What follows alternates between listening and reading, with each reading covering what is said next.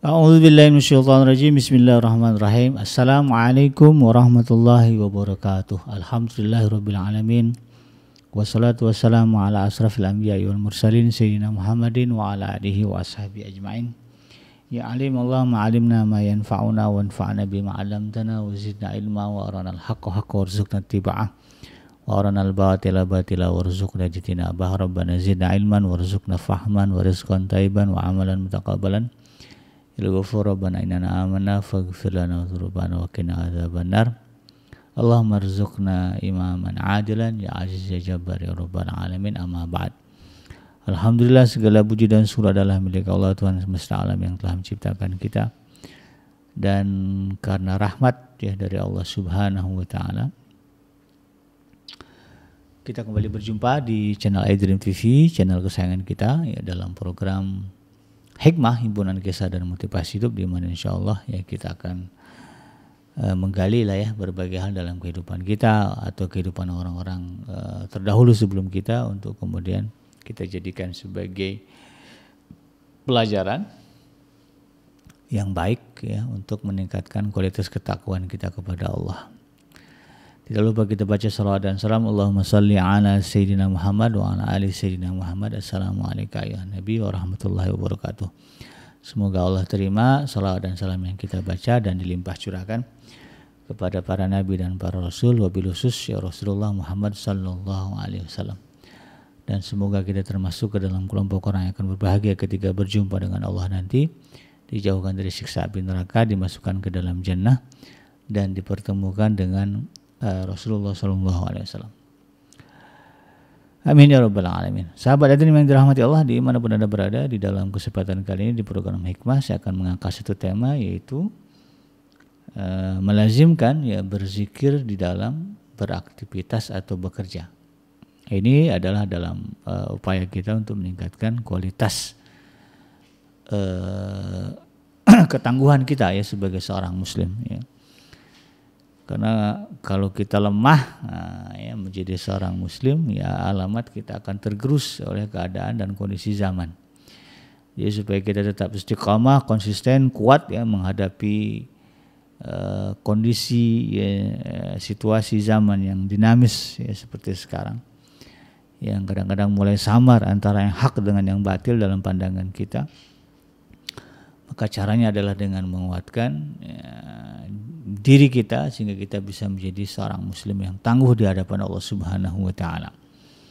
Salah satu cara ya yang bisa kita lakukan adalah dengan melazimkan ya, berzikir atau zikrullah di dalam setiap aktivitas kita, termasuk bekerja ya, karena seringkali ya aktivitas pekerjaan yang berkaitan dengan pencarian nafkah ya itu ya kerap ya membuat kita lupa kepada Allah ya. Bahkan tidak sedikit orang yang kemudian karena alasan ya ingin mendapatkan keuntungan ya di dalam bisnis, dalam mendapatkan materi ya di dalam bekerja begitu, lalu kemudian mengabaikan prinsip-prinsip halal haram ya. Bahkan di zaman sekarang ya marak sekali ya praktek-praktek penipuan ya yang dilakukan oleh ya orang Islam juga. Kalau kita perhatikan, kalau kita lihat KTP-nya Islam, kalau lebaran sholat Id itu tapi kemudian ya dia berani ya memenuhi atau mencari nafkah untuk dirinya dan keluarga dengan cara yang haram, dengan cara menipu. Bahkan kalau kita lihat ya yang suka FYP ya di medsos kita, di Facebook atau di IG ya, atau di YouTube ya. Kadang ada tuh ya video-video dialog ya antara penipu dengan korban. Itu ya kalau kita dengar ya penipunya itu ya kadang-kadang beristighfar dia juga ya, beristighfar, bertakbir Allahu Akbar, Bapak masa nggak percaya gitu ya. Astagfirullah Bapak, saya orang Islam, masa saya nipu. Hal kayak gitu biasa ya digunakan ya, dan ini adalah sebuah hal yang sangat ironis begitu kan, di tengah pengakuan seseorang sebagai seorang muslim ya. Padahal muslim itu kata Rasulullah ya adalah mereka yang mampu ya menjaga orang yang ada di dekatnya ya atau menjaga keselamatan ya, orang-orang di sekitarnya dari keburukan lisan dan tangan dia. Jadi artinya seorang muslim itu adalah orang yang tidak berbuat zalim kepada orang yang ada di sekitarnya. Ya, kalau prakteknya justru kita mendapati ada orang-orang yang, padahal katanya tetangga kita ya, yang baru saya dengar itu ya, ada tetangga ya tega kemudian membacok ya tetangganya gara-gara ya halaman rumahnya dipakai parkir oleh tetangganya yang sedang tahlilan. Ya. Cekcok gitu ya, kemudian saling bacok. Ya, kalau di daerah Madura kadang ada silat carok ya, pelakunya orang-orang Islam gitu kan. Padahal prinsip itulah kalau kita mengacu kepada apa yang diajarkan Rasulullah, Muslim itu ya tidak boleh menzalimi sesama Muslim, bahkan kepada orang kafir sekalipun ya. Orang Islam itu tidak mudah kemudian ya, tidak mudah berbuat zalim. Ya, karena makanya ada istilah kafir zimmi, kafir yang darah dan kehormatannya wajib dijaga juga oleh orang Islam. Ya, apalagi dia orang Islam. Gitu. Jadi kalau ada orang Islam tega menyakiti, menzalimi orang Islam, nah, ini akan berhadapan dengan Allah langsung nanti di yaumul mahsyar. Dan ini bukan sebuah dosa yang kecil, ini adalah dosa yang besar. Ini yang kemudian kita harus pahami. Oleh karena itu ya di momen-momen kita bekerja, beraktivitas ya mencari nafkah, kita lazimkan untuk senantiasa mengingat Allah Subhanahu wa taala atau berzikir atau zikrullah. Hal ini ya sebagaimana yang dicontohkan ya oleh Rasulullah, para sahabat ya, kalau kita lihat riwayat-riwayat kehidupan mereka ya, Rasulullah SAW dan juga para sahabatnya adalah orang-orang yang tidak pernah lalai ya dari yang namanya mengingat Allah. Jadi koneksi batin mereka dengan Allah selalu hidup. Ibarat HP ya, handphone ya, itu sinyalnya selalu nyambung. Ya. Ya, sinyalnya selalu ready ya, sehingga kapanpun ya dia dipanggil dia nyambung. Ya. Kadang-kadang kan sambungan tidak terhubung gara-gara sinyal itu ya. Ya, bos nelpon anak buahnya, ayo datang ke kantor, ya ternyata nggak ada sinyal gitu ya, ya nggak bisa tuh, nggak kedengaran perintahnya. Ya. Tapi kalau sinyalnya ada, ya, ketika datang perintah, maka dia akan segera memenuhi perintah itu. Makanya kalau kita perhatikan dengan orang-orang di zaman Rasulullah, ya di zamannya para sahabat, para tabi'in, ya, apapun seruan perintah yang datang dari Allah, ya, itu akan dipenuhi dengan segera ada orang-orang mukmin. Sekalipun itu adalah seruan untuk berperang ya. Kalau perang itu kan bicaranya hidup dan mati gitu ya. Tapi para sahabat Rasulullah tidak merasa berat karena memang hati mereka, kalbu mereka ya, koneksinya bagus ya dengan Allah Subhanahu wa taala. Jaringannya bagus ya. Jaringannya nggak nge-lag, cepat. Makanya mereka adalah orang-orang yang selalu mengatakan sami'na wa ta'na. Kami dengar dan kami patuh. Sinyalnya bagus. Sinyal dengan Allah yang bagus. Nah inilah yang kemudian kita juga harus contoh, ya kita harus terapkan dalam kehidupan kita bagaimana memperbaiki koneksi batin kita dengan Allah Subhanahu wa taala. Ya, hal ini sebagaimana Allah Subhanahu wa taala firmankan di dalam surah Ali Imran ya, surah Ali Imran ayat yang ke-190 ya. Dan juga ayat ke-191 ya. Allah mengatakan a'udzubillahi minasyaitonir rajim. Inna fi khalqis samawati wal ardi wa ikhtilafil laili wan nahari la ayatil liulil albab. Ya. Sesungguhnya ya pada penciptaan langit dan bumi dan silih bergantinya malam dan siang itu ada tanda-tanda, ada ayat-ayat Allah bagi orang-orang yang cerdas, ya, ulil albab. Ya, siapa mereka? Allazina yazkuruna Allah qiyaman wa qu'udan wa 'ala junubihim. Ya, kemudian sampai ada lagi mengenai wa yatafakkaruna fi khalqis samawati wal ardi. Ya Rabbana ma khalaqta hadza batila subhanaka faqina adzabannar. Tapi dalam konteks zikrullah ya, kita lihat ayat ini, allazina yazkurunallaha qiyaman wa qu'udan wa 'ala junubihim. Ya.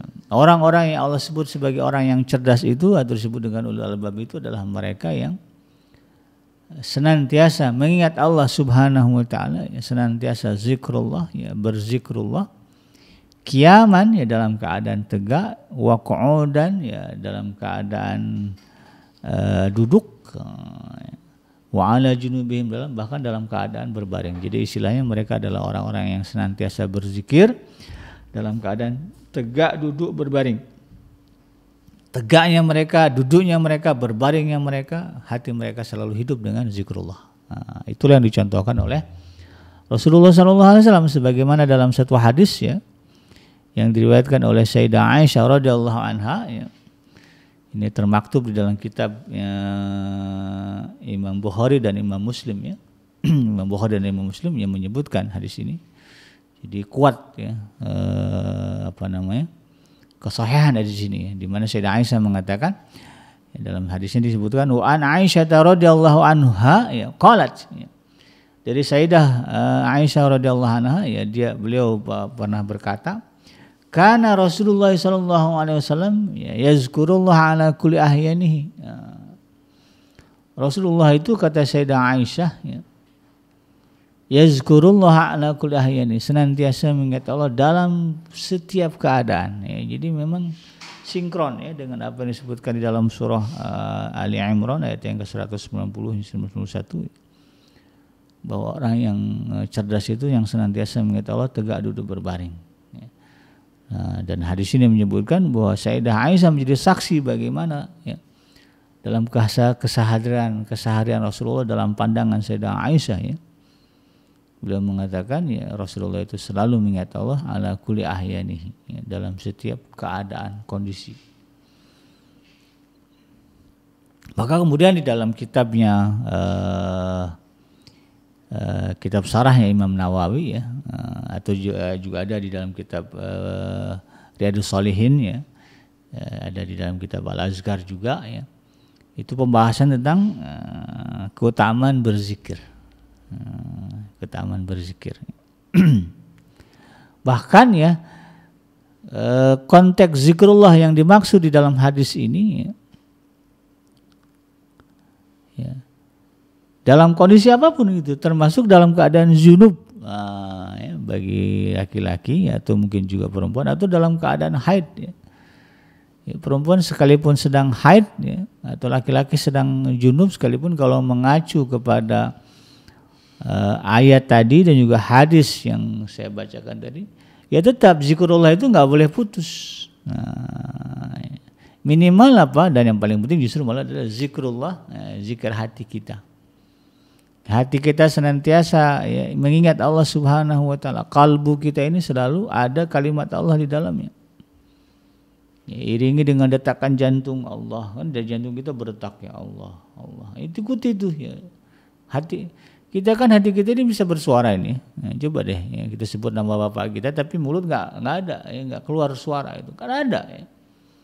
Nah, itulah suara batin kita, itulah suara kita, dan itu kita arahkan untuk menyebut Allah, ya Allah, Allah, Allah dalam setiap keadaan.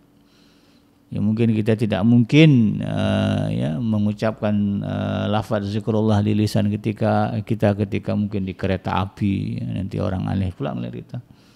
Allah, Allah, Allah gitu ya. Atau subhanallah, alhamdulillah dalam kereta misalnya lagi rame-rame di bus Transjakarta. Nanti itu jadi gunjingan orang, jadi fitnah orang gitu kan. Ya. Atau mungkin ketika kita di WC kan nggak mungkin juga ini toilet ya. Kita mengucapkan lafaz zikrullah, maka kalau konteksnya ya tidak putus mengingat Allah, maka tariklah ya kalimat zikrullah itu di dalam batin kita. Nah, kalau dalam kondisi lapang ya tidak ada persoalan ya, tidak ada yang hambatan ya, tidak sedang haid, tidak sedang junub, maka zahirkan itu ya zikrullahnya itu, ingat Allah itu dengan bentuk apa? Ya, dengan bentuk tasbih ya, pujian kepada Allah Subhanahu wa taala. Kalimat yang diajarkan kan jelas ya. Kalimat subhanallah, alhamdulillah, wa la ilaha illallah, Allahu akbar, ya, wa la haula wa la quwata illa billah. Ini kita baca, boleh semuanya, boleh penggalannya, boleh subhanallah saja, boleh alhamdulillah saja, boleh la ilaha illallah saja, boleh takbirnya aja Allahu Akbar, Allahu Akbar, tidak masalah ya. Mana yang kira-kira kita sukai? Oh, saya senangnya bacanya subhanallah, silakan. Ya, baca itu gitu kan. Ya, lazimkan di lisan kita daripada kemudian ya kita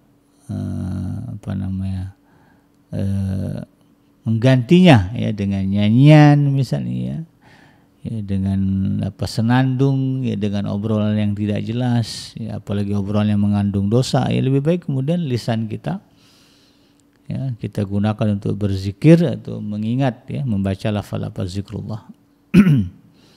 Ya, apalagi nih ya mungkin kalau yang ngantornya ya atau beraktivitasnya usahanya nafkahnya di atas motor ya, bikers ya, kan banyak ya. Ada ojek online, ada kurir, itu kan seharian itu di atas motor aja.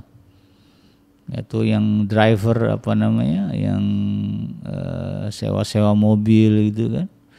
Atau kurir yang pakai mobil itu kan waktunya mayoritas dihabiskan di atas kendaraan. Secara pribadi ya dalam konteks ini saya menyarankan ya, lebih baik ya sambil nyetir, sambil bawa kendaraan. Ya, zikrullahnya jangan putus. Ya, perbanyak ya kalimat-kalimat ya tasbih kepada Allah. Ya. Ya, kalau Rasulullah kadang-kadang ya ada ayat hadis yang menyebutkan beliau membaca subhanallah wa bihamdi subhanallahil azim. Itu kalimat yang Rasulullah katakan ringan tetapi kemudian berat timbangannya. Ya. Apa perlu pakai penghitung? Ya, ada tuh kan modelnya tasbih ya.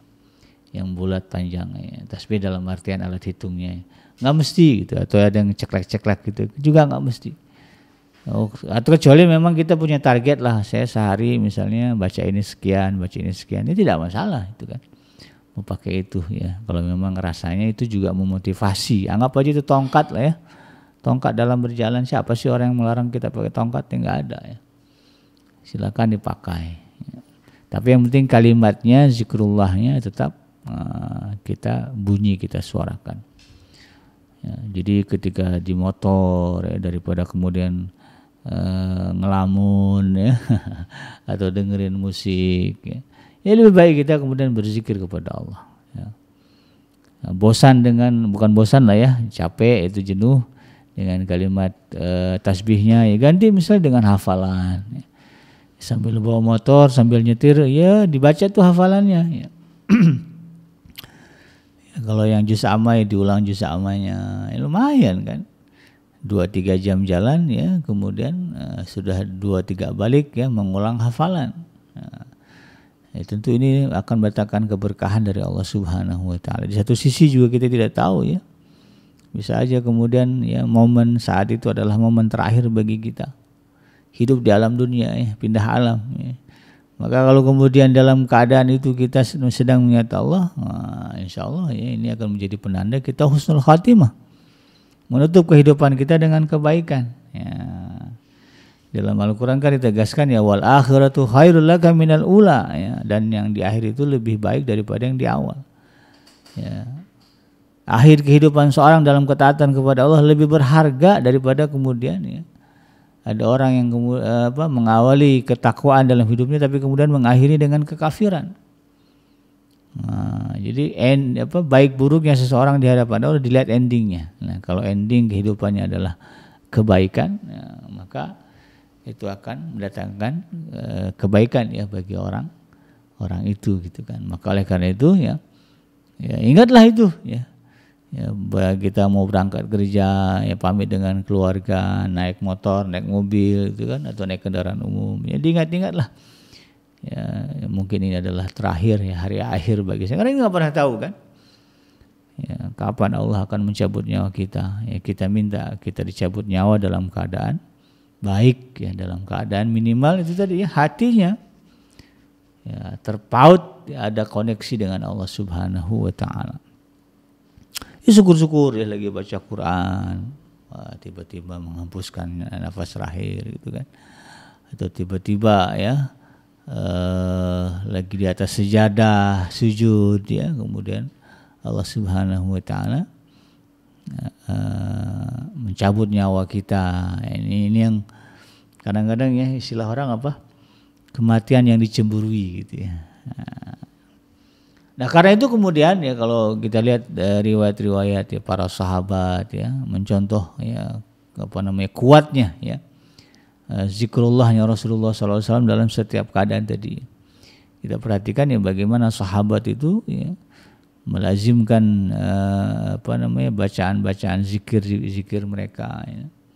Kemudian juga qiraahnya ya, bacaan Qur'annya juga mereka jaga ya.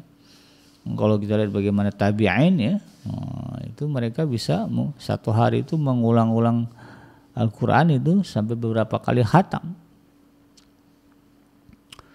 Ya, seperti Imam Abu Hanifah misalnya.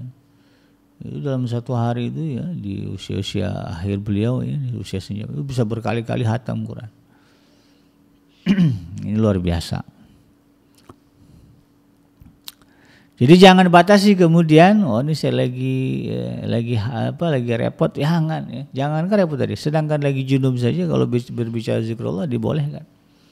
Yang enggak boleh itu baca Quran karena dari satu hadis ya. Rasulullah sallallahu alaihi wasallam disebutkan ini ayat ini hadis ini dari Ibnu Hibban ya.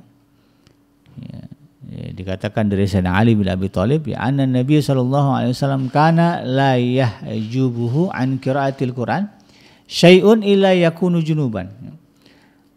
Bahwa Rasulullah sallallahu alaihi wasallam itu tidaklah melarang dari membaca Al-Qur'an sedikit pun kecuali ketika dalam keadaan junub.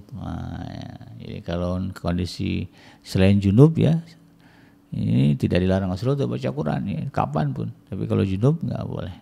Nah, larangan ini kan untuk qiraatil Quran. Ya, tapi kalau bicara zikrullah, tidak masalah.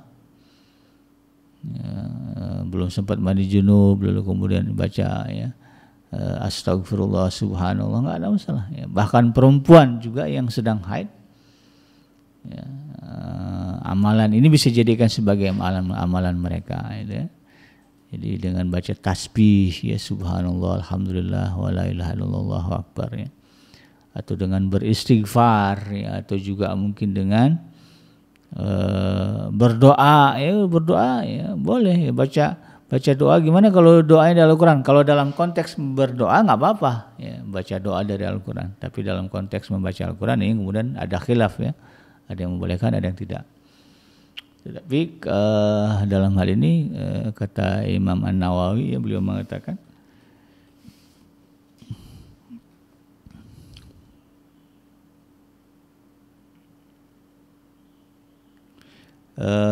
disebutkan bahwa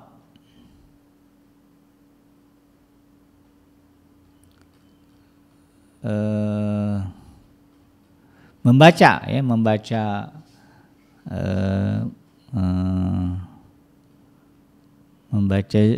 Al-Quran ya, kalau di dalam mazhab Maliki ya berdasarkan hadis tadi ya, bahwa Rasulullah SAW senantiasa mengingat Allah dalam setiap keadaan, maka ulama Maliki ya ini kemudian membolehkan ya wanita haid dan juga nifas membaca Al-Quran.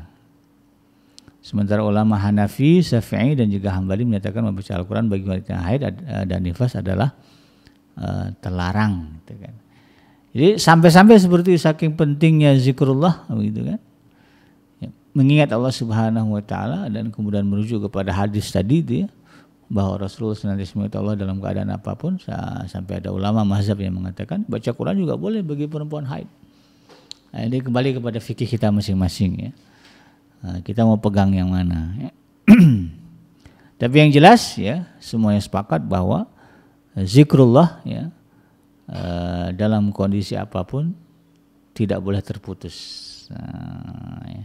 Ada yang mengatakan enggak ada tuntunan dari Nabi ya membaca kalimat Allah ya, sebagai zikir. Nah ini kalau kata saya ya saya nggak sepakat lah, saya nggak akan celak ya, tapi nggak sepakat ya karena di dalam Al-Quran juga jelas perintahnya kan, wazkurisma rabbuka, sebutlah nama Tuhanmu. Siapa nama Tuhan kita? Ya Allah gitu kan. Wazkurullah, sebutlah Allah gitu kan. Banyak kok dalam ayat. Maka menyebut nama Tuhan kita Allah, itu adalah satu zikir yang ada nilai, bahkan nilainya besar. Ya. Kita karena menyebut Allah ya dalam keadaan apapun ya, itu bentuk kita mengingat Dia, mengingat Dia gitu kan. Dan mengingat Allah Subhanahu Wa Taala adalah satu perintah, satu amalan yang luar biasa besar pahalanya. Ya, sebagaimana disebutkan dalam Al-Quran ya, uzkuruni azkurkum. Jika kalian mengingat aku akan mengingat kalian. Dibalas Allah langsung ya. Kita sebut nama Allah ya Allah itu kan, maka Allah akan sebut lagi nama kita di sisi Dia. Itu berbalas langsung ya. Wala zikrullahi akbar.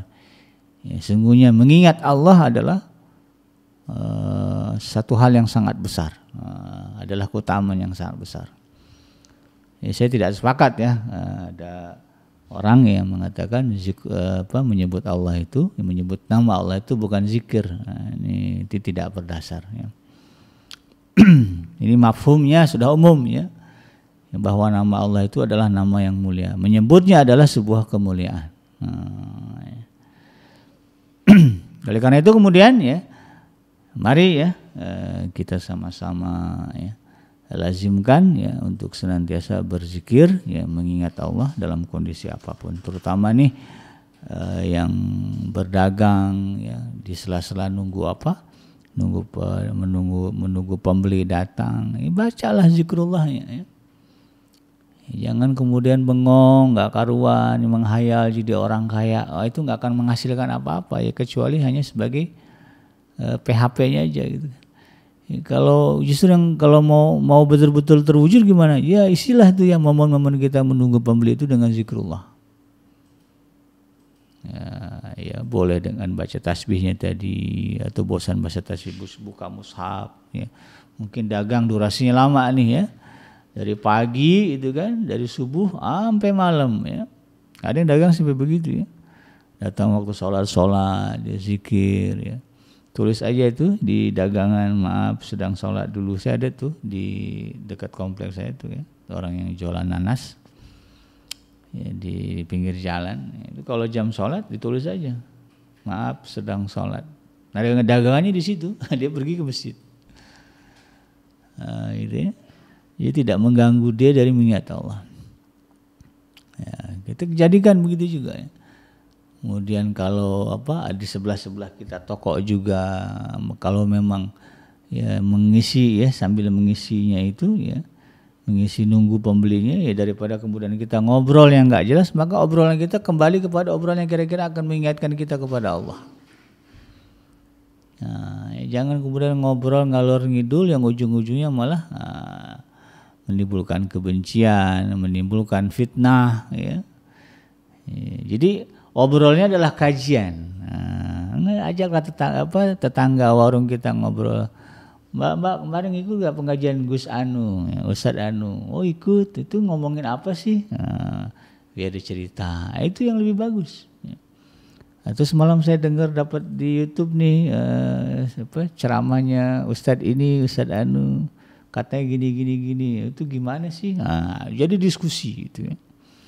Nah, ini akan sangat lebih baik ya di dalam mengisi waktu-waktu sela-sela ya, dalam ruang waktu kita ya berdagang, beraktivitas.